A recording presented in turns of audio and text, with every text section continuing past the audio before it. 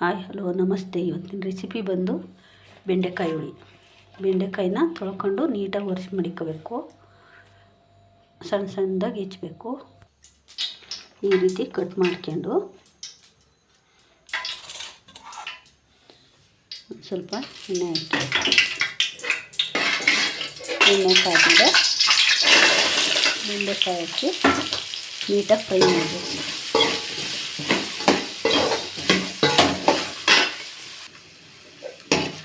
ಬೆಂಡೆಕಾಯಿ ಈ ಥರ ಫ್ರೈ ಆಗೋವರೆಗೂ ಹುರಿಬೇಕು. ಫ್ರೈ ಆದಮೇಲೆ ಸಾಕು, ತೆಗೆದಿಟ್ಬಿಡೋಣ.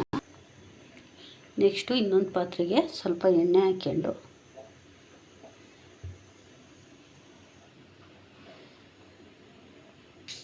ಎಣ್ಣೆಗೆ ಸಾಸಿವೆ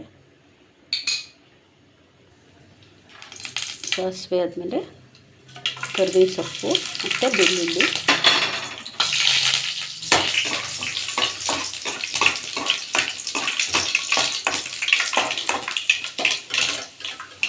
ನೆಕ್ಸ್ಟು ಈರುಳ್ಳಿ ಹಾಕಿ ಫ್ರೈ ಮಾಡಬೇಕು.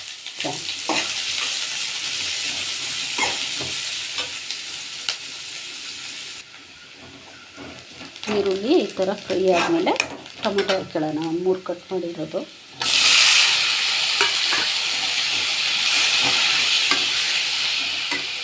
ಟೊಮೊಟೊ ಹಾಕ್ಕೊಂಡು ಸ್ವಲ್ಪ ಉಪ್ಪು ಹಾಕ್ಕೊಳ್ಳೋಣ.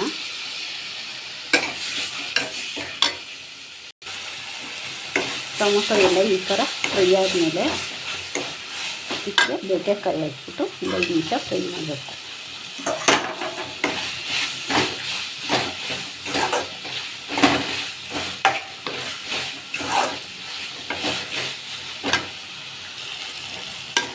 ಈ ಥರ ಫ್ರೈ ಆದಮೇಲೆ 1 ಚಮಚ ಸಾಂಬಾರು ಪುಡಿ, ಇಲ್ಲಾಂದರೆ ಧನಿಯಾ ಪುಡಿ ಮತ್ತು ಮೆಣಸಿನ ಪುಡಿ, ಆಮೇಲೆ ಗರಂ ಮಸಾಲ 3 ಹಾಕ್ಕೋಬೋದು.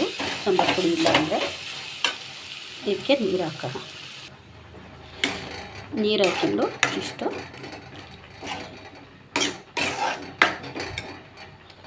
ಬೇಯಲಿ. ಇದು ಬೇಯುವಾಗ ಒಂದು ಚೂರು ಹುಣಸೆಹಣ್ಣು ಬಿಡೋಣ.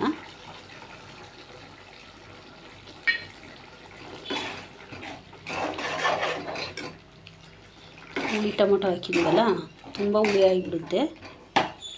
ಸ್ವಲ್ಪನೇ ಸಾಕು. ಇವಾಗ ಇಷ್ಟು ಗಟ್ಟಿ ಇದೆ. ಇದಕ್ಕೆ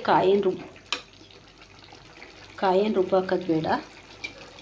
ಒಂದು ಸ್ವಲ್ಪ ಕಾಯಿ ತುರಿ ಹಾಕೋಣ.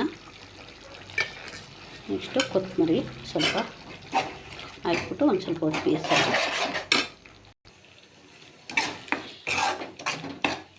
ಇವಾಗ ಇದು ರೆಡಿಯಾಗಿದೆ.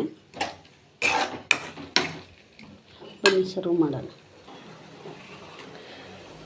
ಚಪಾತಿ ಜೊತೆಗೆ, ಅನ್ನದ ಜೊತೆಗೆ ಮತ್ತು ದೋಸೆಗೆ ಎಲ್ಲ ತುಂಬ ಚೆನ್ನಾಗಿರುತ್ತೆ. ಒಂದು ಸಲ ಮಾಡ್ಕೊಳ್ಳಿ. Thank you.